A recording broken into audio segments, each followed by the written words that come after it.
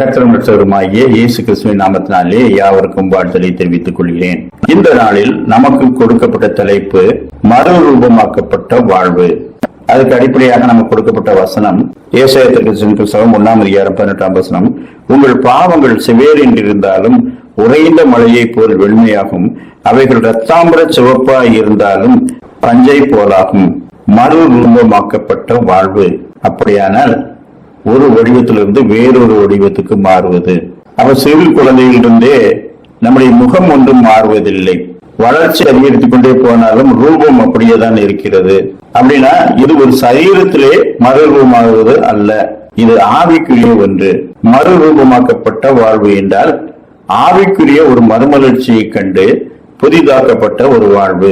ரோமர் 12:2 நீங்கள் இந்த பிரபஞ்சத்துக்கு ஒத்த வேஷம் தெரியாமல் தேவனுடைய நன்மையும் பிரியமும் பரிபூர்ணமான சித்தம் இன்னதென்று பகுத்தறியத்தக்கதாக உங்கள் மனம் புதிதாகிறதுனாலே மறுரூபமாகுங்கள்.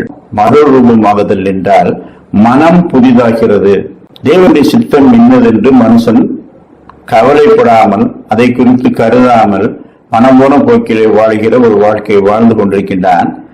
ஆனால் மனம் புதிதாகும் போது தேவனுடைய சித்தம் இன்னதென்று பகுத்தறியத்தக்கதாக அதை உணர்ந்து கொள்கிற உணர்வை பெற்ற ஒரு வாழ்க்கை. இப்ப மனம் புதிதாகிறது. ஏன் மறுரூபமாக வேண்டும்? ஏன் மனம் மாற வேண்டும்? யோவான் 3:3 இயேசு அவனுக்கு பிரதியுத்தரமாக, ஒருவன் மறுபடியும் பிறவாவிட்டால் தேவனுடைய ராஜ்யத்தை காண மாட்டான் என்று மெய்யாகவே மெய்யாகவே உனக்கு சொல்லுகிறேன் என்றார்.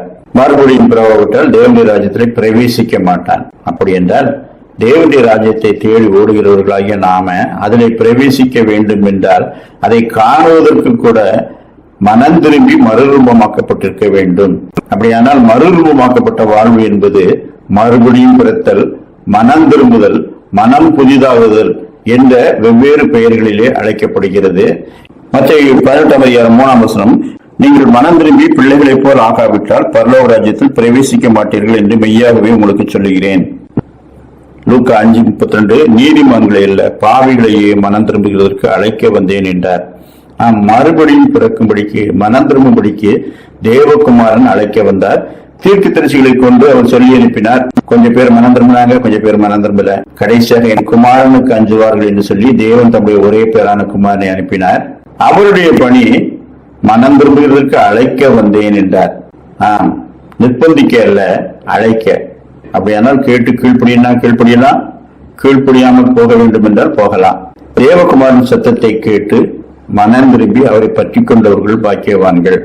எபேசியர் 2:2-3 நீங்கள் முற்காலத்திலே இவ்வுலக வழக்கத்திற்கு ஏற்றபடியாகவும் கீழ்ப்படியாமையின் பிள்ளைகளிடத்தில் இப்பொழுது கிரியை செய்கிற ஆகாயத்து அதிகார பிரபுவாகிய ஆவிக்கேற்றபடியும் நடந்து கொண்டீர்கள். நாம் எல்லாரும் முற்காலத்திலே நமது மாம்ச இச்சையின்படியே நடந்து நமது மாம்சமும் மனசும் விரும்பினவைகளை செய்து சுபாவத்தினாலே மற்றவர்களைப் போல கோபாக்கினின் பிள்ளைகளாகியிருந்தோம். மறுரூபமாக முன்பதாக மனசும் மாம்சமும் எதை விரும்புகிறதோ அதை செய்தோம். அதனால என்ன? அதனால கோபாக்கினின் பிள்ளைகளாயிருந்தோம். தொடர்ந்து அப்படி மனசும் மாம்சமும் விரும்பினதை செய்து கொண்டே இருந்தோம் என்றால் கோபாக்கினை நம் மீது வந்திருக்கும். இவ்வுலகத்தின் வழக்கத்தின்படியும் கீழ்ப்படியாமையின் பிள்ளைகளிடத்தில் கிரியை செய்கிற ஆகாயத்து அதிகார பிரபுவின் விருப்பப்படியும் நடந்து கொண்டோம். உலகத்துக்கு ஏற்றவர்களாக வாழ்ந்து வந்தோம். ஆனால் இப்பொழுது தேவனுக்கு ஏற்றவர்களாக மாறி இருக்கிறோம். சுருக்கமாக சொல்லியுள்ள மனசும் மாம்சமும் விரும்பினர்களை செய்து வந்தோம். இப்பொழுது அப்படி அல்ல. அப்படியானால் தற்காலத்தில் எப்படி இருக்கிறோம்? எபேசியர் 2:13 முன்னே தூரமாயிருந்த நீங்கள் இப்பொழுது இயேசு கிறிஸ்துவுக்குள் கிறிஸ்துவின் ரத்தத்தினாலே சமீபமானீர்கள். தேவனுக்கு தூரமாய் இருந்தோம். நாம் எதையாகிலும் அவரிடத்தில் பெறுவதற்கு வருவதற்கு தகுதியற்றவர்களாக இருந்தோம். ஆனால் இப்பொழுது மனம் திரும்பி தேவகுமாரனை பற்றி கொள்ளும் போது தேவகுமாரின் ரத்தத்தினாலே அவருக்கு சமீபமானோம். இப்ப கிட்டத்துல வந்துட்டோம். அப்ப தலைமைக்கு கிட்டத்திலே வேலை செய்கிறவர்கள் எப்பொழுதும் அதிகாரம் உள்ளதாக உணர்வார்கள். தமிழ்நாடு முழுவதும் பல அலுவலகங்கள் இருக்கிறது. இங்கே அலுவலகத்திலே ஒரு சூப்பரண்டா இருப்பார். ஆனால் அங்கே தலைமை அலுவலகத்தில் இருக்கக்கூடிய ஒரு அசிஸ்டன்ட் அங்கிருந்து போன் பண்ணி அதை எப்படி செய்யணும் இதை எப்படி செய்யணும்னு சொல்லுவார். ஏன்னா அவர் ஹெட் ஆபீஸ்ல இருக்கிறார். அவரை இந்த அலுவலகத்துக்கு மாற்றினால் இங்கே சூப்பரண்டுக்கு தான் அவர் கீழ்பட்டு இருக்கணும். ஆனா அவர் தலைமையகத்தில் இருக்கும்போது அவருக்கு ரொம்ப அதிகாரம் இருப்பது போல, தலைமை அதிகாரிக்குள்ள அதிகாரம் அவருக்கு இருப்பது போல ஃபீல் பண்ணுவார். தேவகுமாரனுக்கு தூரமாக இருந்த காலத்துல நாம் அறியாமற்றவர்களாய் இருந்தோம். இந்த உலகத்தின் பல காரியங்களுக்கு பயந்து கொண்டிருந்தோம். ஆனால் இப்பொழுது தேவகுமாரனுக்கு சமீபமாய் அவருடைய இரத்தத்தினாலே கழுவப்பட்டவர்களாய் வந்து விட்டபடினாலே இப்பொழுது ஒரு தைரியம் இருக்கிறது. ஆம், என்னோடு இருக்கிறவர் மகத்துவமானவர், அவருடைய அந்த பவரை எடுத்து பயன்படுத்தும் அந்த தைரியம் நமக்கு வருகிறது. ஆடுகள் மேய்ந்து கொண்டிருக்கும் போது தூரத்திலேயே மேய்ந்து கொண்டிருக்கும் மாட்டுக்கு ஒரு பயம் உண்டு. எந்த நேரத்திலும் ஓனாய் வந்து கவ்வி இழுத்து கொண்டு போய்விடும், காட்டு விலங்குகள் தாக்கிவிடும். ஆனால் மேய்ப்பனுக்கு கிட்டத்தில் இருக்கிறதுக்கு பயம் இல்லை. ஏனென்றால் அவருடைய கோலும் தடியும் வைத்திருக்கிறார். அவருக்கு கிட்டத்தில் இருக்கிறதுனால ஒரு பாதுகாப்பு இருக்கு. அப்ப இயேசு கிறிஸ்துவின் ரத்தத்தினாலே சமீபமானவர்களாகிய நமக்கு அவருடைய பாதுகாப்பும் அவருடைய இரக்கமும் அதிகமாய் கிடைத்திருக்கிறது. இதுதான் மறுபடியும் பிறந்த ஒரு வாழ்க்கை அல்லது மறுரூபமான ஒரு வாழ்க்கை. ரோமர் 6:18 பாவத்தில் நின்று நீங்கள் விடுதலையாக்கப்பட்டு நீதிக்கு அடிமையானீர்கள். அதனால பரிசுத்தமாக்குதல் உங்களுக்கு கிடைக்கும் பலன் முடிவோ நித்திய ஜீவன். பாவத்திற்கும் பாவ பழக்கங்களுக்கும் அடிமையாய் கிடந்தவர்கள் விடுதலையாக்கப்பட்டு நீதிக்கு அடிமையானீர்கள். அப்படின்னா தேவகுமாரனுக்கு கீழ்ப்படிந்து மனம் திரும்பி புதிய வாழ்க்கையை துவங்கினவர்கள், மறுபடியும் பிறந்தவர்கள் இனி பாவத்துக்கு அடிமை இல்ல, நீதிக்கு அடிமையாக இருக்கிறோம். அது தேவகுமாரனின் நீதி. 1 Corinthians 6:11 உங்களில் சிலர் இப்படிப்பட்டவர்களாக இருந்தீர்கள், ஆயினும் கர்த்தராகிய இயேசுவின் நாமத்தினாலும் தேவனுடைய ஆவியினாலும் கழுவப்பட்டீர்கள், பரிசுத்தமாக்கப்பட்டீர்கள், நீதிமான்களாக்கப்பட்டீர்கள். பாவியாக வாழ்ந்த வாழ்க்கை நீதிமானாய் மாற்றப்பட்ட ஒரு வாழ்க்கை. இதுதான் மறுபடியும் பிறந்த ஒரு அனுபவம். அப்ப இதற்கு மனம் திரும்புதல் என்று பெயர். இந்த மனம் திரும்புதலை பெற்றுக் கொண்டிருக்கிறீர்களா? மனம் திரும்புதல் என்றால் மற்றவங்களாம் மனம் திரும்பணும், நான் சுமாரா இருக்கிறதுனால மனம் திரும்ப வேண்டியது இருக்கா இல்லையா தெரியல அப்படின்னு இல்ல. இந்த உலகத்தில் பிறந்த எல்லாரும் பாவ இயல்புகளோடு தான் பிறக்கின்றோம். எனவே ஒருவன் மறுபடியும் பிறந்தே ஆக வேண்டும். பிறவாவிட்டால் தேவனுடைய ராஜ்யத்தில் பிரவேசிக்க மாட்டான். எப்படி மனம் திரும்புவது? வார்த்தைகளை கொண்டு கர்த்தரிடத்திலே திரும்புங்கள் என்று ஓசியா தீர்க்கதரிசி சொல்லுகின்றார். நான் தேவகுமாரனுக்கு சமீபமாய் வரும்போது அவருடைய வெளிச்சத்திலே தன்னை பாவி என்று உணர்ந்து அவருடைய சமூகத்திலே பாவத்தை அறிக்கையிட்டுக் கொண்டே இருந்தால் பாவங்களை நமக்கு மன்னித்து எல்லா நியாயத்தை நீக்கி நம்மை சுத்திகரிப்பதற்கு அவர் உண்மையும் நீதியும் உள்ளவராய் இருக்கிறார். முதலாவது தேவகுமாரனுக்கு சமீபமாய் அவருடைய வெளிச்சத்துக்கு வர வேண்டும். பேதுருவின் படகில் இயேசு உட்கார்ந்து போதகம் பண்ணின போது திரள் கூட்டமான மீன்கள் கிடைத்தது. ஆண்டவரே, நான் பாவியாகிய மனுஷன் என்று அவருடைய பாதத்திலே விழுந்தான். அவர் சொல்லவில்லையே. உலக நேரம் இயேசு பேசும்போது தூரத்தில் இருந்து பார்த்து கொண்டிருந்தான். அவனுடைய படையில் தான் உட்கார்ந்திருந்தார். ஜனங்கள் கேட்டுக் கொண்டிருந்தார்கள். ஆனால் இப்பொழுது அவருடைய வார்த்தைக்கு இவரே செவி கொடுத்து மீன்களை பிடித்து விட்டான். இப்பொழுதுதான் தெரிகிறது அவர் யார் என்று. அவர் யார் என்று தெரிந்த வினாடி தான் யார் என்று அவருக்கு தெரிந்து விட்டது. இயேசு சொல்லவில்லை, ஆனால் அவன் உணர்ந்து விட்டான், நான் பாவியாகிய மனுஷன். சகேயுவின் வீட்டுக்கு இயேசு போகும்போது நீ என்னென்னலாம் செய்யணும்னு அவர் ஒன்றும் சொல்லல, ஆனால் அவனே சொல்லிவிட்டான், நான் என்னென்னலாம் செய்ய போகிறேன் என்று. அப்போ பாவத்தை உணர்கிற உணர்வை தேவகுமாரனின் வெளிச்சத்தில் தான் மக்கள் பெற்றுக் கொள்ளுகிறார்கள். தேவ பிரசன்னத்துக்குள்ளே வந்து அவருடைய வெளிச்சத்திலே நிற்கும் போதுதான் நான் பாவி என்ற உணர்வு வருகிறது. நான் பாவி என்ற உணர்வு வந்தவுடனே தேவகுமாரை பற்றி கொண்டு பாவத்தை அறிக்கையிட்டுக் கொண்டே இருக்க வேண்டும்.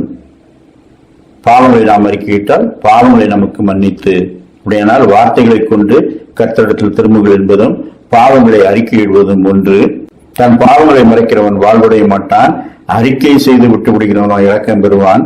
அந்த வார்த்தையின்படி தனிமையிலே தேவகுமாரனோடு ஒப்புரவாகி பாவத்தை அறிக்கையிடுவது, மற்றவர்களுக்கு முன்பாக அல்ல, தேவனுக்கும் உங்களுக்கும் தெரிந்திருக்கிறபடி பாவத்தை அறிக்கையிடுவது. அறிக்கையிட்டுக் கொண்டே இருக்கும்போது இயேசு பாவத்தை மன்னித்தார் என்ற ஒரு சந்தோஷம் வருகிறதாம். உணர்ந்திருக்கிறீர்களா?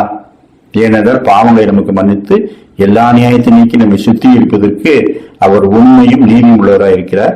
என்னிடத்திலே வருகிறவனை புறம்பே தள்ளுவதில்லை என்று சொல்லியிருக்கிறார். எனவே யாரெல்லாம் பாவ அறிக்கையை செய்யும்படிக்கு தேவகுமாரன் சமூகத்துக்கு வருகிறார்களோ அவர்களை தள்ளிவிடவில்லை. உண்மையாய் அவருடைய சமூகத்திலே பாவத்தை அறிக்கையிட்டால் மன்னிக்கின்றார். அதனால பாவ அறிக்கை என்பதை செய்து பாவ மன்னிப்பு நிச்சயத்தை பெற்றுக் கொள்ள வேண்டும். பாவ மன்னிப்பு நிச்சயம் வந்தது, ஒரு சந்தோஷம் வருது. அவரை காணாத விசுவாசிக்கிறவர்களாகிய நாம பாவ மன்னிப்பின் சந்தோஷத்தை பெறும்போது மறுபடியும் பிறந்த அனுபவம். அந்த அனுபவத்தை பெறாவிட்டால் பரலோகத்துக்கு போக முடியாது. பெற்றுக்கொண்டால் கிடைக்கிற அந்த சந்தோஷத்தை எவனும் நம்மிடத்திலிருந்து பறித்துக் கொள்ள முடியாது. அதைத்தான் என்ன ஆனந்தம், என்ன ஆனந்தம் சொல்லக்கூடாதே, மன்னன் கிறிஸ்துவின் பாவத்தை எல்லாம் மன்னித்து விட்டாரே என்று ஒருவர் பாடுகிறார். அப்படியானால் இந்த பாவ மன்னிப்பின் நிச்சயத்தை பெற்றுக்கொண்டவர்கள், மறுபடியும் பிறந்தவர்கள், கடந்த காலத்தை திரும்பி பார்த்தால் அவர்கள் எப்படி செயல்கள் மிக்கவர்களாக இருந்தோம் என்று அவர்களுக்கு தெரியும். எப்ப தெரியும்? பரிசுத்தமாக்கப்பட்ட பிறகுதான் தெரியும். நாம் இயேசு கிறிஸ்துவின் ரத்தத்தினாலே நாம் அவருக்கு சமீபமானோம். நாம் இயேசுவின் ரத்தத்தினாலே கழுவப்பட்டோம், பரிசுத்தமாக்கப்பட்டோம், நீதிமன்றமாக்கப்பட்டிருக்கின்றோம்.